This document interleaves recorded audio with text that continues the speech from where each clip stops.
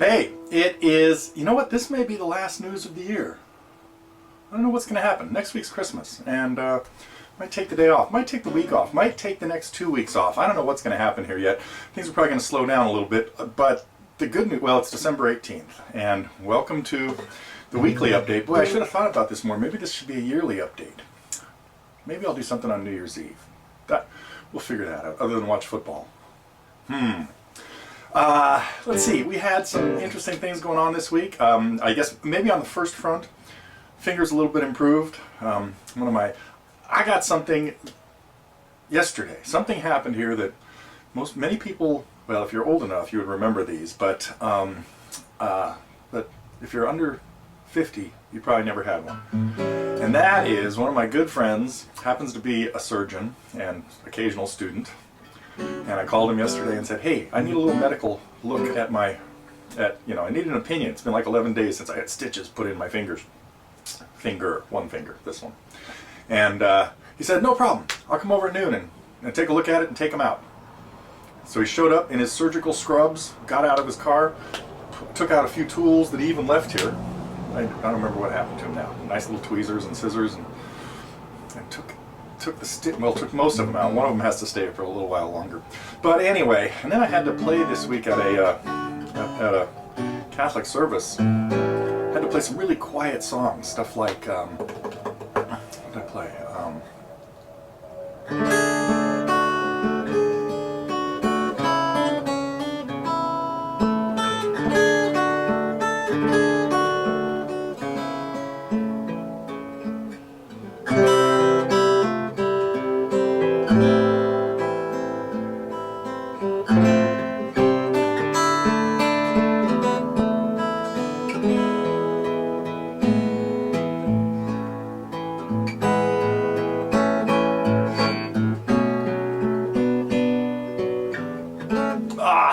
Every once in a while, it just hits a bad spot. The hinge bar. Never mind.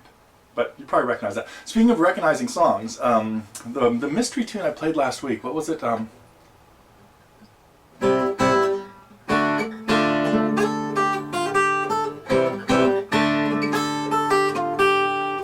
Good guess, Lynn, but Orleans was not what I had in mind. It was, oh man, I don't know.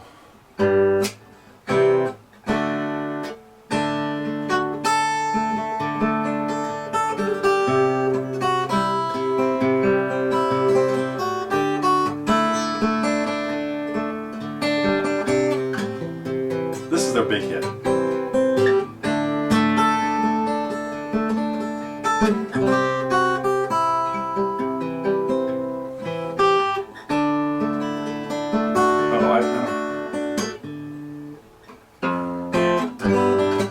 Well, never mind.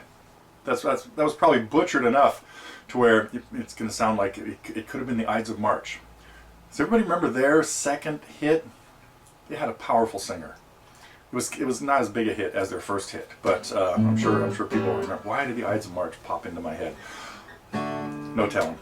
Well, let me tell you about some of the things that did go on here, and some answering some questions kind of on the forum. I want to welcome my my buddy Max Rich to doing some lessons here for TotallyGuitars. So we finally got Max to work on a few acoustic lessons. Not finally, it was kind of in the planning stages for a while, but he's been so busy over at TotallyElectricGuitars that so we have a few lessons of his that we'll be rolling out over the next week or so. And the first one was a little explanation of Bossa Nova rhythms and the history of it and some stuff like that. You know, I play a few Bossa Nova type tunes. Or I play this one like a lot of people do. Oh, watch it go.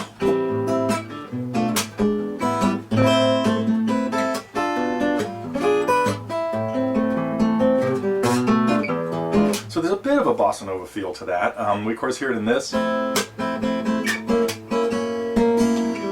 Samba, better explanation of that, I think, but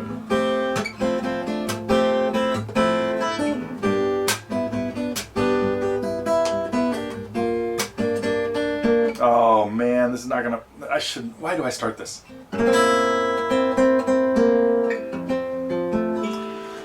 You gotta think these things through. Plan ahead. pre-flight check, and if I'd thought about what was about to happen in that song and what I was going to have to try to do, oh well. So we did have a little bit of other new stuff. We got a my young protege student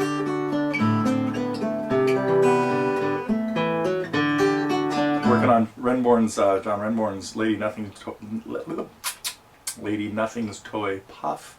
And I hope you guys enjoyed watching Chris. A little different learning style than most people have. So, and what else we got? We entered back into the Inside the Mind series with a short little ear training tip called "What Chord Is That?" or "Was That?"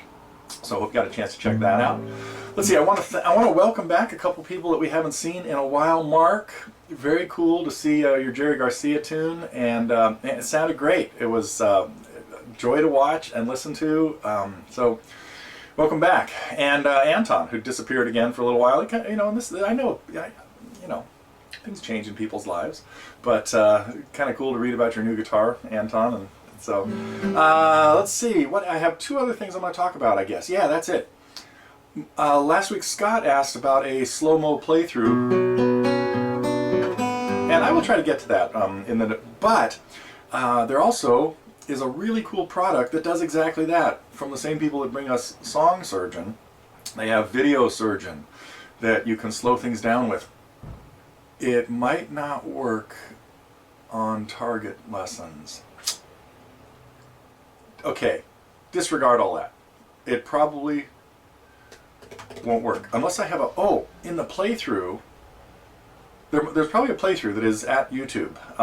So I guess I'll have to research that. But consider using Video Surgeon and see if that works. But I think you have to buy it. It'd probably be easier for me to just do a slow. I should do it right now. I should just do it right now. We'll cut that in later.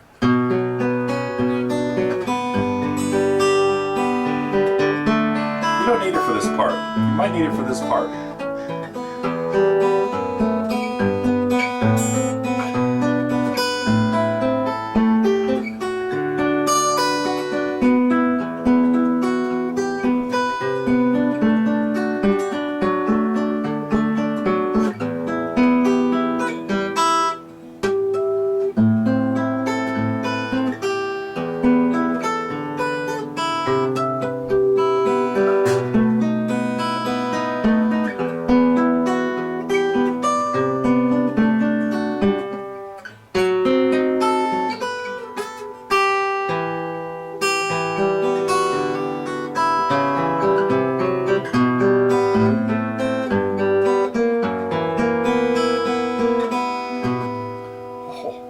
Okay, hope that helps a little bit, but I should go brush up on that if I'm gonna try that. See what I can do over the next week or two. What else? The thread about that started off as a changing strings one that got hijacked into the capo thing was really interesting, and I don't really have a lot to add to it, but I think everybody's got a clear idea that anytime you capo the guitar, it lowers the action a little bit, because it does press the strings down to the fret, which makes it lower than when where the nut is.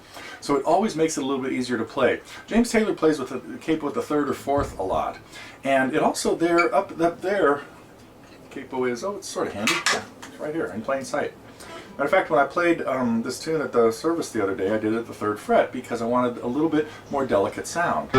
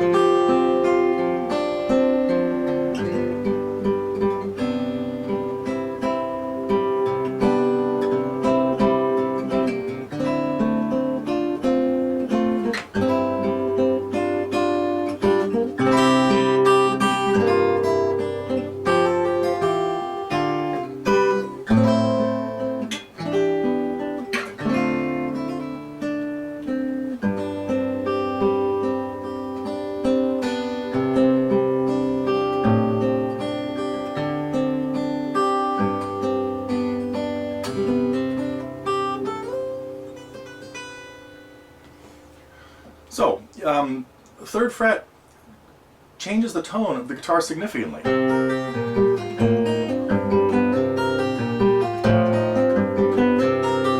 And this song is much easier to play there.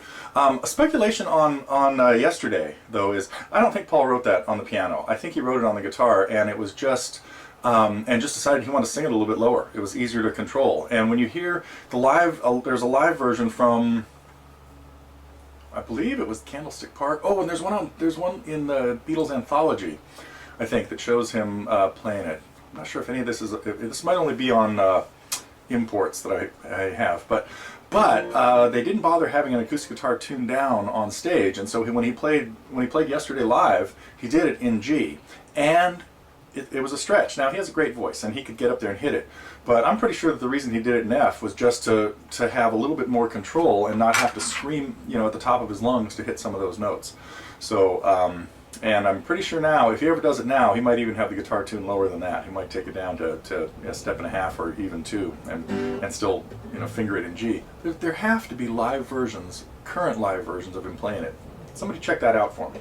Okay, I think that is, let me see, that's everything that was kind of on my list, and a few things that weren't. What else got played this week? Oh, I gotta tell you something else about this.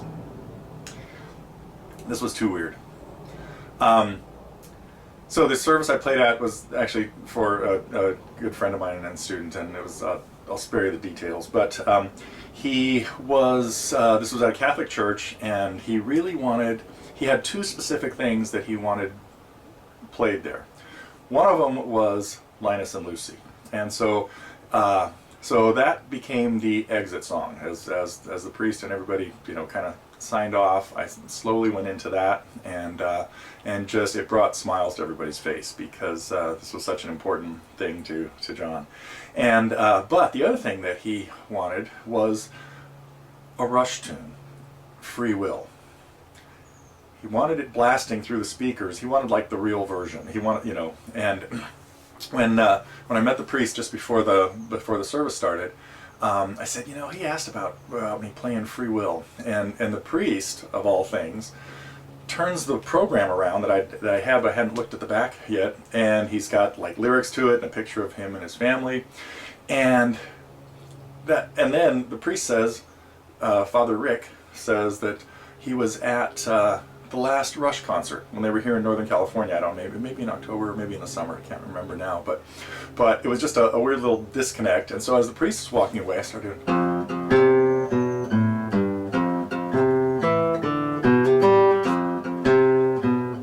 and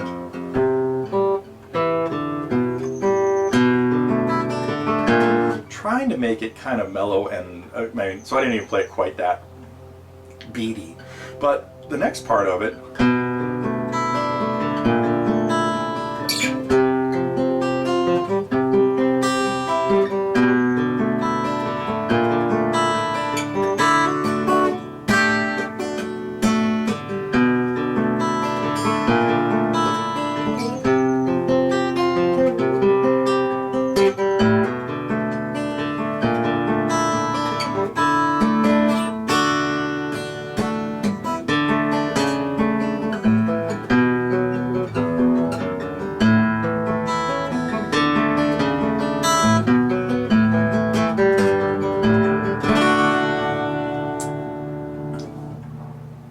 I think I'm going to end it there today. I hope everybody has a fun holiday week and season. We will have some new stuff coming out next week, and I hope to be back on board making new lessons again soon. But this was a really unusual or unforeseen setback. Got to be careful with the hands. Happy holidays.